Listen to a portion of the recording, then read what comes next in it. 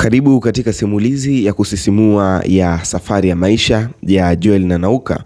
Mwanzo hadi mwisho, ungana nami. Hii ni Usiku TV. Subscribe hapo chini ili uwe mwanafamilia wetu wa kwanza na nguvu kupata update zetu kila wakati na kila muda. Katika jiji dogo la Mtwara karibu na upepo wa bahari ya Hindi uliojaa chumvi na utulivu, alizaliwa kijana ambaye angekuja kuwa moja ya sauti muhimu katika uongozi na hamasa vijana Tanzania. Jina lake aliitwa Joel Arthur Nanauka, lakini wengi walimjua kama Joel Nanauka, msomi, mshauri, mhamasishaji na baadaye waziri wa vijana. Utotoni na mbegu yake akiwa bado mdogo katika maisha yake ilikuwaje? Joel Nanauka alikuwa katika familia ya kawaida sana yenye maadili ya kazi na bidii. Kutoka utotoni alionyesha tabia moja ya kipekee. Alitaka kuelewa kwa nini na ni kwa nini watu hufaulu na kwa nini watu hufeli, kwa nini wengine hushindwa pia, na kwa nini baadhi ya jamii hutembea kwa mwanga huku nyingine zikisukumwa na giza la kukata tamaa.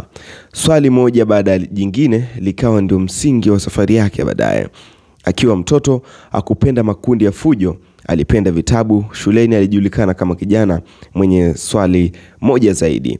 Wakati wenzake wanachora mistari ya kupendeza, Joel alikuwa akijaribu kuelewa falsafa ya maisha kwenye makaratasi yake na kuyatafakari. Elimu yake na kujenga uwezo wake ulikuwaje? Akili ya kujifunza kwa haraka na bidii vikampeleka mbali zaidi. Joel akaingia kwenye shule za vipaji maalum, akienda huko vyuo vikuu na kuendelea kusoma kwa bidii hadi kupata shahada za juu ikiwemo ya uzamivu, yani PhD. Miaka baadaye ulitokea muda mmoja mwanafunzi mwenzake akamwambia, "Wewe Joel, unaongea kama mwalimu na watu wazima."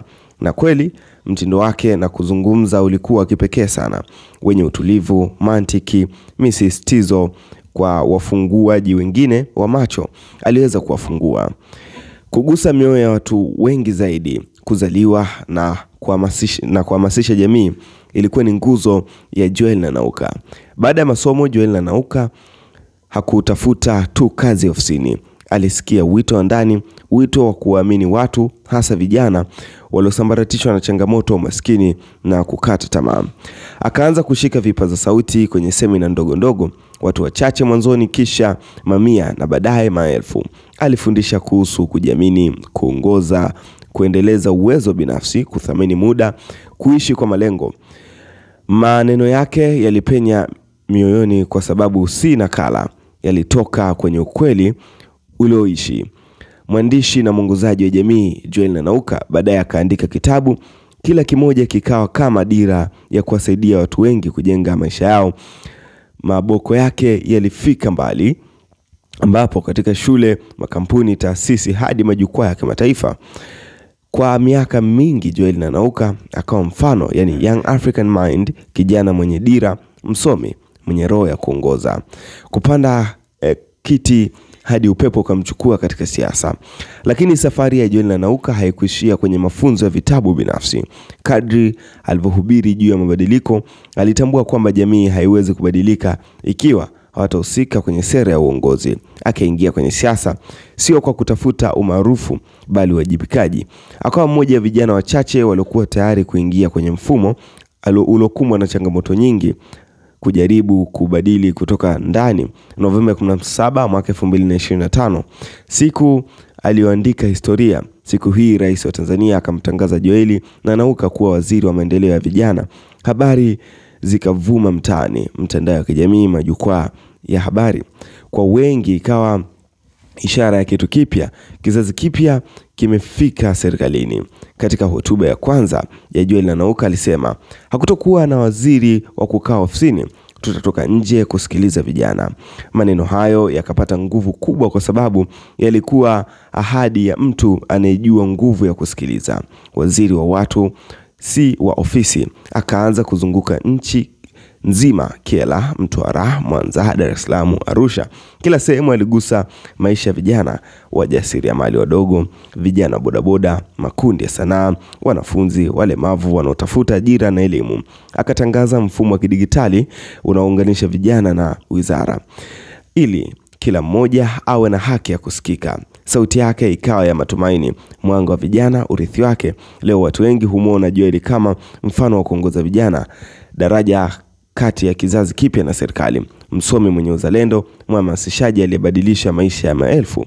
Safari yake inaonyesha kwamba mtu anaweza kuanza sehemu ya kawaida kabisa, lakini akaamua kujitoa kwa wengine, anaweza kushika nafasi za juu zaidi bila kupoteza unyenyekevu. Mwisho, lakini safari inaendelea. Hii ndio simulizi ya Joel Nanauka, lakini kwa ufupi ni kupitisha katika baadhi ya maeneo kuhusu Joel Nanauka, safari yake, jinsi alipopita mpaka hivi sasa alipofikia. Tuanze na mwanzo wa elimu yake. Joel Nanauka alizaliwa tarehe 4 Julai mwaka 1988 mkoani Mtwara, Tanzania. Kukulia kwake Mtwara kulimpa msingi wa kawaida na maisha, lakini bidii ndizo zilimpeleka mbali.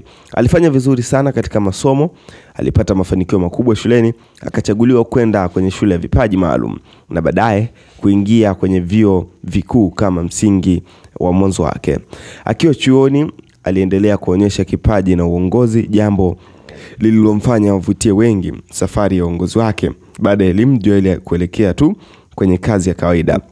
Aliamua kutumia ujuzi na taaluma yake kusaidia wengine. Amejikita katika uhamasishaji, yani life coach, mkufunzi, trainer na mafunzo ya uongozi wa maendeleo binafsi, yani personal development, ambapo anafahamika kama mwandishi. Amesema ameandika vitabu vingi vinavyolenga kuwasaidia watu na kukuza maisha yao, uongozi na mafanikio binafsi. Hiyo ndio simulizi na historia ya Joel Nanauka.